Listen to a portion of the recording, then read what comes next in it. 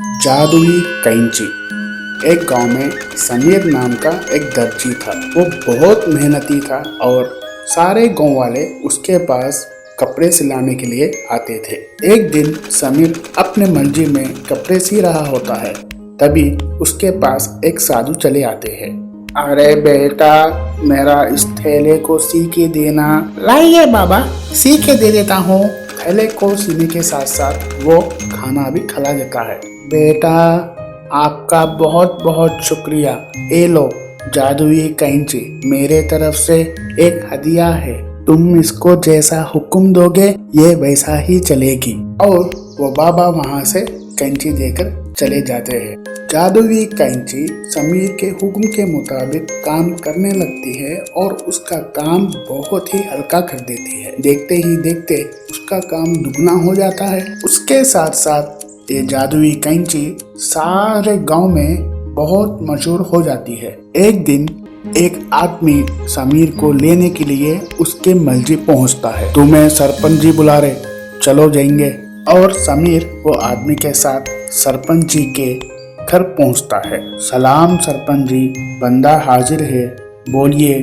मियाँ, सुनने में आया है तुम्हारे पास कोई जादू की कैंची है। वो जादू की कैंची तुम कैसा बोले तो वैसा चलती कते। अब हमारे गांव को तुम्हारी जरूरत पड़ी है, मदद करना पड़ता।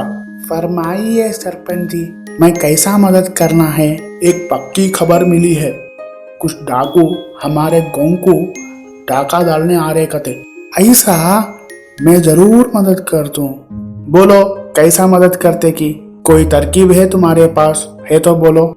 लेकिन समीर को कुछ समझ नहीं आता और वो खामोश हो जाता है। तभी वहाँ एक मालिक नाम का लड़का सरपंच से बोलता है, सरपंच जी, मेरे पास एक तरकीब है। अगर ऐसा करेंगे तो डाकू भाग जाएंगे कि वो डाकू के कपड़े फाड़ डाले और उनको गंजा भी कर दे। बर्खास्त खल्लास। और समीर अपनी कैंची से वैसा ही कहता है और वो कैंची डाकू को भगा देती है। मालिक के सोच से सरपंच बहुत खुश होता है और उसको इनाम भी देता है। शाबाश मालिक, तुमने तो बहुत अच्छा सोचा और हमारी जान को बचाई, उसके साथ साथ गांव वालों की जान भी बचाई। ये लो तुम्हारा इनाम। ये बात अपने समीर को अच्छी नहीं लगती और वो उदास होकर मुंह लटका लेता है।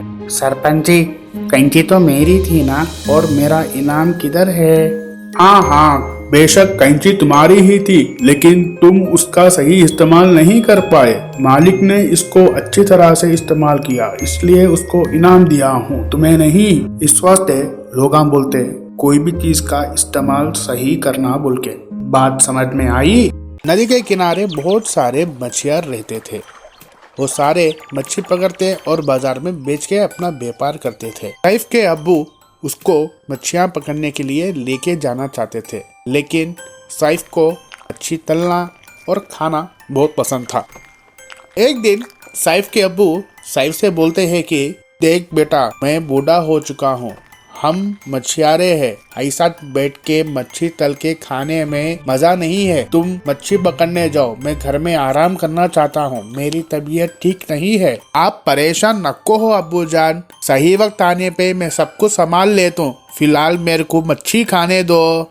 सैफ के अब्बू की बातें सैफ को हिला नहीं सकी। बेटे को सबक दिलाने के लिए सैफ के अब्बू नदी पर जाना छोड़ देते हैं और घर पे बैठे हुए रहते हैं। तभी वहाँ सैफ आता है। अब्बा जान, क्या हुआ, आप मच्छी पकड़ने नदी को नहीं गए? सैफ के अब्बू खामोश रहते हैं। लो बेटा, खाना खा लो। ये क्या माँ, सालन? नक्को मेरे को, तुम्हें खा लो, मेरे को मच्छी होना, मच्छी दो मेरे को। बेटा, अब से यही खाना है, मच्छी नहीं मिलेगी। क्या? ये सालन?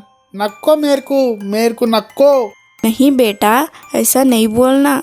तुम्हारे अब्बा की तबीयत फिलहाल खराब है, उनको थोड़े दिन आराम की जरूरत है। अगर तुम्हें मच्छी खाने का इतना दिल बोल रहा तो तुम खुद जाके मच्छी पकड़ के ला लो। अगर तुम्हारे अब्बा फिर से मच्छी पकड़ने जाएंगे तो उनकी तबीयत और भी खराब हो जाएगी। अम्मी की बातें सुनकर सैफ को बहुत झटका लगता है और वह परेशान हो जाता है। क्या? मच्छा पकड़ने मैं जाना? अच्छा, फिर ये सालन से खा लो ना, तुम्हारे भूख लगी है ना। भूख की वजह से सैफ उस दिन का खाना खा लेता है, लेकिन हर रोज वही खाना खा खा के बेचारे सैफ को तंगी हो जाती है। क्या हुआ बेटा, कहीं को खाना नहीं खा रहा? नक्को अम्मी, मेरे को पसंद नहीं है। आप इजाजत दिए तो मैं आज मच्छी पकड़ने जाऊं? सही में मच्छी पकड़ने जाते? हाँ माँ, जाता हूँ। तो एक बात बोलूं बेटे? बोलो मेरी अम्मी जान। खुद के लिए मच्छी पकड़ने जा रहे ना तुम, एक काम करो, थोड़े ज्यादा मच्छियाँ पकड़ लो ताकि अपन उसको बाजार में बेच सके। हाँ अम्मी, जरूर ज्यादा से ज्यादा मच्छियाँ पकड़ता हूँ। अब मेरे को समझ में आ गया है कि अब्बा जान के काम में मेरे भी हाथ बढ़ाना है बोल के। ये बातें सुनकर सैफ के अब्बा बहुत खुश हो जाते हैं। वही तो ये समझाना चाह रहे थे। मुर्गी के अंडे का सालन। एक गांव में रहमान नाम का एक किसान रहता था। उसकी जमीन पूरी तरह से बिगड़ गई थी और वहां पर कुछ काम भी नहीं होता था। या अल्लाह, इस खेत में तो कुछ उगता ही नहीं, करूं तो क्या करूं? रहमान अपनी जमीन का लेके बहुत परेशान था। इतना परेशान था कि वो बेचारा बीमार पड़ गया। वो इतना बीमार हो गया कि वो पलंग से उतरता भी नहीं था, बिस्तर पे लटके था। या अल्लाह, ये तुमको क्या हो गया? हम कैसे जिएंगे? बेटा रशीद, तुम कोई किधर न किधर काम करो। हाँ माँ, मैं काम देखूंगा। रशीद दिन रात करके काम ढूंढता रहता है। कभी कभार जंगल चले जाता है तो कभी कभार कुछ न कुछ काम करता है, लेकिन कुछ भी फायदा नहीं होता। एक दिन वो अंडे लेने के लिए अंडे के दुकान पे जाता है। भाई, अंडे कैसे दिए? 10 को एक। क्या भाई, इतना महंगा है? रशीद के पास पैसे नहीं थे। एक काम करो, ये थोड़े टूटे हुए अंडे हैं, मैं इसको तुम्हारे को आधे दाम को दे दूं, होना है तो बोलो, दे दे तू। रशीद टूटे हुए अंडे लेके खुशी खुशी घर चले जाता है और माँ को देता है। उसकी अम्मी जान अंडे का सालन बनाती है। तभी घर के दरवाजे के ऊपर कोई खटकाता है। अरे भाई, कोई है घर पे? हाँ भाईजान, बोलिए। अरे भाई, हम मुसाफिर हैं, हमको बहुत दूर जाना है। यहाँ कुछ खाने के लिए मिलेगा? कुछ खाने का होटल या ढाबा मिलेगा? बहुत भूख लगी है। अरे भाईजान, यहाँ खाने की जगह कोई भी नहीं है, ढाबा कुछ भी नहीं है। आप आइए हमारे घर और खाना खाइए। और वो मुसाफिर को अंडे का सालन खिला दिया। ये सालन कौन बनाया? मेरी अम्मी जान ने बनाया है। बहुत मजा है, बहुत मजेदार खाना है, बहुत अच्छा पकाया है। मेरे को मालूम ही नहीं था अंडों से इतना अच्छा सालन बनता। सो मेरा खुद का एक ढाबा है, तुम मेरे साथ चलते क्या?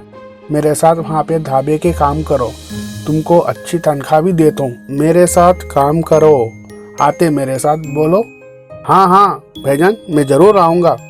रशीद वो मुसाफिर के साथ उस ढाबे पे चले जाता है। रशीद अच्छी तरह से काम करता रहा। देखते ही देखते उनके अच्छे दिन आ गए। अब उनको कोई भी तकलीफ नहीं। बेईमानदार कसाई। एक गांव में अब्दुल नाम का एक कसाई रहता था। उस गांव में वो अकेला कसाई था, इस वास्ते सब गांव के आदमी उसके पास चिकन या मटन लेते थे। अब्दुल बड़ा ही बेईमानदार कसाई था और हमेशा वो तराजू में कम तोलता था। हर एक बार इसी तरह से करता था। अब्दुल भाई, मुझे 1 किलो चिकन देना। अरे भाई हमीद, आज तुम बहुत खुश दिख रहे, क्या बात है? कुछ खुशखबरी है क्या? अब्दुल जी, मैं 12वीं क्लास पास हो गया हूँ, इसलिए आज अम्मी जान चिकन पकाएंगे। बातों के दरमियान अब्दुल ने कम चिकन तोल दिया और पैक कर डाला। ऐसा ही वो सबको कम देता था। अरे इसको मालूम ही नहीं, मैं इससे बहुत पैसा कमाते सो। एक दिन अब्दुल के पास एक सिपाही आता है। अब्दुल, कल नेता के घर 25 किलो मटन लाने को बोला है और ये पैसे रख लेना, पूरे 25 किलो होना है, ठीक है?